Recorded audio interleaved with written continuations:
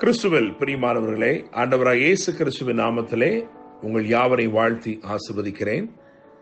இந்த நாளுக்கென்று தேவன் நமக்கு அருளி இருக்கும் ஜீவ வார்த்தை ஆதியாகமத்தின் புஸ்தகம் 22ஆம் அதிகாரம் 14ஆம் வசனத்தில் இருக்கிறது. ஆபிரகாம் அந்த இடத்துக்கு யெகோவா ஈரே என்று பெயரிட்டான். அதனாலே கர்த்தருடைய பர்வதத்திலே பார்த்து கொள்ளப்படும் என்று இந்நாள் வரைக்கும் சொல்லப்பட்டு வருகிறது.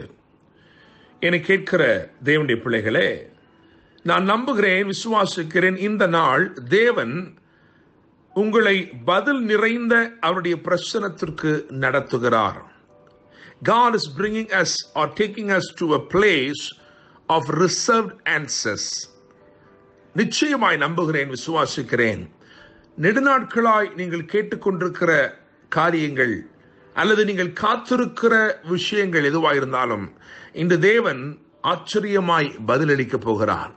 தேவனுடைய பிரசன்னத்தில் தான் நம்முடைய எல்லா பதில்களும் அடங்கி இருக்கிறது. உங்களுடைய கேள்விகள் எல்லாவற்றுக்கும் விடை அளிப்பது தேவனுடைய பிரசன்னம்.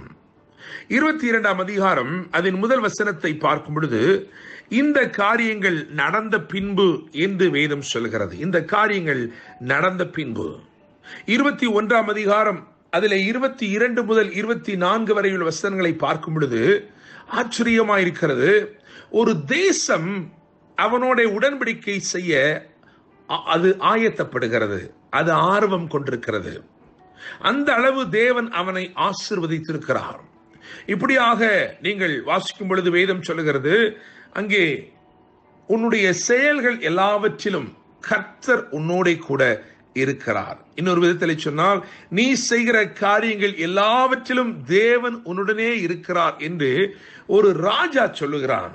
சொல்லி, எனவே உன்னோடு நாங்கள் உடன்படிக்கை செய்து கொள்ள விரும்புகிறோம், எங்கள் தேசம் நன்றாயிருக்கும்படிக்கு நாங்கள் உன்னோடு உடன்படிக்கை செய்து கொள்ள விரும்புகிறோம் என்று சொல்லும் அளவிற்கு தேவன் அவனை ஆசீர்வதித்திருந்தார். தேவனுடைய பிள்ளைகளை, ஆண்டவர் அவனை இன்னும் ஆசீர்வதிக்க விரும்பினார், இன்னும் அவனை உயர்த்த விரும்பினார். எனவே அவர் அவனை ஒரு பரீட்சையின் ஊடாக தேவன் நடத்தினார், ஒரு விசுவாச பரீட்சையின் ஊடாக. உங்கள் வாழ்க்கையில தேவன் உங்களை ஆசீர்வதித்து உயர்த்த நினைக்கும் பொழுதெல்லாம் உங்களை விசுவாச பரீட்சையின் ஊடாக தேவன் நடத்துவார். நம்முடைய தேவன் ஒருவரையும் தீமையினால் சோதிக்கிறவர் அல்ல, அவர் சோதிக்கிற தேவன் அல்ல, அவர் பரீட்சித்து நம்மை ஆசீர்வதித்து உயர்த்துகிற தேவன். வித்தியாசம் நோக்கங்களில் இருக்கிறது. பிள்ளைகள் எல்லாரும் பரீட்சை எழுதுகிறார்கள், நோக்கம் அவர்கள் எல்லாரும் தோற்று போக வேண்டும் என்று அல்ல, அவர்களை தேர்ச்சி பெற வைப்பதற்காக, அவர்கள் அடுத்த ஒரு நிலைக்கு வர வேண்டும் என்பதற்காக. எனவே தேவன் நம்முடைய வாழ்க்கையில சில விசுவாச பரீட்சைகளின் ஊடாய் நடத்தி நம்மை ஆசீர்வதித்து இன்னும் மேன்மைப்படுத்தவே விரும்புகிறார். ஒரு மனுஷனுடைய விசுவாசத்தின் அளவு எவ்வளவு என்பதை தேவன் நன்கு அறிந்திருக்கிறார். ஆனாலும் இவைகளெல்லாம் நமக்கு திருஷ்டாந்தம் உண்டாகும்படிக்கு எழுதப்பட்டிருக்கிறது. நாம் ஆபிரகாம் விசுவாசிக்கிறானோ இல்லையோ என்று அறிந்து கொள்ளும் பொருட்டு நமக்காக எழுதப்பட்டிருக்கிறது. தேவனுடைய பிள்ளைகளே, ஆண்டவர் ஆபிரகாமோடு பேச ஆரம்பித்தார். இந்த விசுவாச பரீட்சையுடைய முகாந்திரம் என்னவென்று சொன்னால், என்ன அறிந்து கொள்ள விரும்புகிறார் என்று சொன்னால், ஆபிரகாம் தேவனை நேசிக்கிறானா அல்லது தேவன் அருளினவைகளை நேசிக்கிறானா? தேவனிடத்திலிருந்து பெற்றுக்கொண்ட ஏராளமான ஆசீர்வாதங்களும் மேன்மைகளும் இருக்கிறது. இவைகளெல்லாம் தந்தது தேவன் தான். இப்பொழுது ஆபிரகாம் அவைகளை நேசிக்கிறானா அல்லது அவைகளெல்லாம் தந்த தேவனை நேசிக்கிறானா என்பதுதான் விசுவாசத்தின் பரீட்சை. அந்த பரீட்சையிலே ஆபிரகாம் தேர்ச்சி அடைந்தான் என்பதை நாம் எல்லாரும் அறிந்திருக்கிறோம். அந்த தேவனால் குறிக்கப்பட்ட மோரியா எனும் மலை, அந்த மலையிலே தேவன் குறித்த அந்த இடம் 3 நாள் பிரயாண தூரமாக இருந்தது என்று எழுதியிருக்கிறது.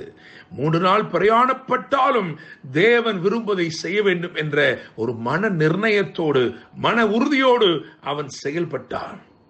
அந்த போகிற வழியிலே ஒரு கேள்வி எழும்புகிறதை பார்க்கிறோம். 22ஆம் வசனம் 22ஆம் அதிகாரம் 7ஆம் வசனத்திலே அங்கே ஒரு கேள்வி எழும்புகிறது.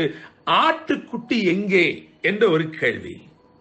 ஈசாக்கு தன் தகப்பனை பார்த்து எழுப்புகிறான், ஆட்டுக்குட்டி எங்கே? ஆனால் அதற்கு பதில் என்ன சொல்லப்படுகிறது? ஆபிரகாம் என்ன சொல்கிறார்? என் மகனே, தேவன் தமக்கு தகன பலிக்கான ஆட்டுக்குட்டியை பார்த்து கொள்வார் என்றான். அப்புறம் இருவரும் கூடி போனார்கள். எனக்கு கேட்கிற தேவனுடைய பிள்ளைகளே, பதில் எங்கே இருக்கிறது என்றால் தேவனுடைய சமூகத்தில் இருக்கிறது. உங்களுடைய கீழ்ப்படிதல் நிறைவேறும் போது தேவன் உங்களுக்காக ஆயத்தப்படுத்தி வைத்திருக்கிற ஆச்சரியமான பதில்களை கண்டு நீங்கள் கர்த்தருக்குள் களிகூர்வீர்கள். அங்கே வேதத்தில் எழுதியிருக்கிறது, ஆபிரகாமுடைய கீழ்ப்படிதல் நிறைவேறின பொழுது பரலோகத்திலிருந்து ஒரு சத்தம் உண்டானது. அந்த சத்தம் ஈசாக்கையும் ஆபிரகாமையும் ஆசீர்வதித்த சத்தமாயிருந்தது. அந்த சத்தத்தை தொடர்ந்து பரலோகம் திறக்கப்பட்டு அதிலிருந்து பிறந்த சத்தத்தை தொடர்ந்து வேதம் சொல்லுகிறது 13ஆம் வசனத்திலே, அதாவது ஆதியாகமத்தின் புத்தகம் 22:13, ஆபிரகாம் தன் கண்களை ஏறெடுத்து பார்க்கும் போது இதோ பின்னாக புதரிலே தன் கொம்புகள் சிக்கிக் கொண்டிருக்கின்ற ஒரு ஆட்டுக்கடாவை கண்டான். என கேட்கிற தேவனுடைய பிள்ளைகளே, பலிபீடத்தை கட்டிவிட்டேன், இதை நான் வெறுமையாக எப்படி விட்டு செல்வது? தேவனை நான் துதிக்க வேண்டுமே, எனக்கு நன்மை செய்த தேவனை நான் உயர்த்த வேண்டுமே, மகிமைப்படுத்த வேண்டுமே என்று நினைத்தான். அவனுடைய நினைப்பை அல்லது அவனுடைய விருப்பத்தை அங்கீகரித்த தேவன் அவனுக்காகவே அங்கே ஒரு காரியத்தை வைத்திருந்தார். என கேட்கும் தேவனுடைய பிள்ளைகளே, புதரிலே சிக்கியிருந்த ஒரு ஆடு, ஆனால் அது சத்தமே போடாமல் இருந்திருக்கிறது. காரணம், தேவன் அது அவனுக்காக வைத்திருந்தது. அவனுடைய கேள்விக்கு உண்டான பதிலை தேவ சமூகத்தில் தேவன் வைத்திருந்தார். என கேட்கிற தேவனுடைய பிள்ளைகளே, அன்றைக்கு தேவைப்பட்ட அந்த பதிலை மாத்திரமல்ல, 22ஆம் அதிகாரம் 22ஆம் வசனத்தை வாசித்து பார்க்கும் பொழுது அங்கே வேதம் சொல்லுகிறது, பெத்துவேல் ரெபேக்காளை பெற்றான் என்று எழுதியிருக்கிறது. என்றோ ஒரு நாள் வாழ்க்கையில என்றோ ஒரு நாள் தன் குமாரனாகி ஈசாக்குக்கு தேவைப்படுகிற ஒரு பதில் தான் இந்த ரெபேக்காள். அந்த ரெபேக்காளையும் அன்றைக்கே தேவன் வெளிப்படுத்தி காண்பிக்கிறார். என கேட்கிற தேவனுடைய பிள்ளைகளே, நம்முடைய தேவன் இன்றைக்கு உள்ள தேவைகளை சந்திக்கிறவர் மாத்திரமல்ல, உன்னுடைய தேவைகளை எல்லாம் அவர் சந்திக்கிற தேவனாயிருக்கிறார். கர்த்தருடைய பர்வதத்திலே அது பார்த்துக் கொள்ளப்படும். நான் திரும்பமா இந்த வசனத்தை வாசிக்கிறேன். ஆபிரகாம் அந்த இடத்துக்கு யெகோவா ஈரே என்று பெயரிட்டான், அதனாலே கர்த்தருடைய பர்வதத்திலே பார்த்துக் கொள்ளப்படும் என்று இந்நாள் வரைக்கும் சொல்லப்பட்டு வருகிறது.